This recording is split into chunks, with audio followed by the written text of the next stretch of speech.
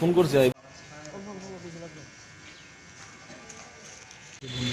বন্ধুদের নাম জানি না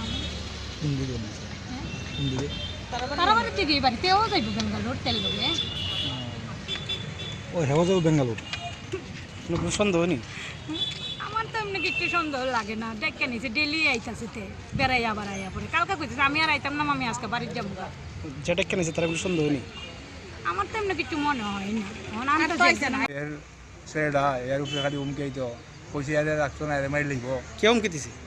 ওই যে এই মান্তুকুর সেরা আছে আরও কয়েকটা পোলাভান আছে এরা এবার ওই গোর বিষ্ণুপ্রিয়া মেডিকেলের মধ্যে হে থাকতো এই দোকানের মধ্যে আইয়া অন্তত 5-7টা ছেলে আইয়া এখানে এরা আইয়া আক্রমণ করতো দোকানে এখানে আইয়া বলে দিয়েছে হেফাজতিটা বিচার আচার হয়েছে হেফাজতিটা মীমাংসা করে দিয়েছে গেল কিছুদিন গিয়ে সেটা 2 মাস হয়ে গেছে না ওই আবার এই হুমকির মুখে পড়ছে এ কইছে আমি থাকতাম না আমি যাবো এরার সঙ্গে যাবো ভাইয়া টিকিট অর্ডার কাটছে এই যাবুগা বেঙ্গালুরু যাবুগা এবার ইয়া কইতেছে মানতে কইতেছে কালকে গিয়া কইতেছে আর বেঙ্গালুরু যাওয়া লাগবে না আর টিকিট কারণ লাগবে না আর এর বিচার করানো লাগবে না এর শাসন করানো লাগবে না। যে হুমকি দিল তার নাম যে হুমকি এর নাম রয়েছে এই যে মান্তু ঘোষ।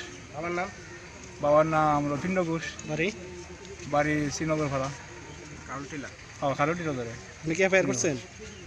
আজকে আমরা তো এটা তো ইয়ে করছি আমরা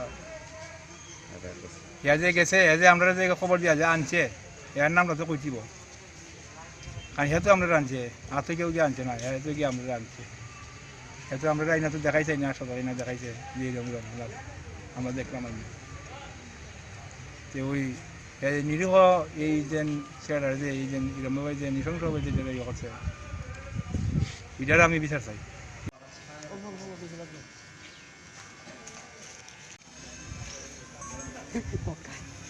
যে অনুমান 10:30 নাগাদ লালছড়া থেকে একটা আননোন ব্যক্তি থানাতে ফোন করে জানায় যে একজন ব্যক্তি ভগৎ সিং যে লালছড়ার যে একটা রোড আছে এটাতে পড়ে আছে এবং আমরা যথারীতি খোয়াই থানা খোয়াই হসপিটালে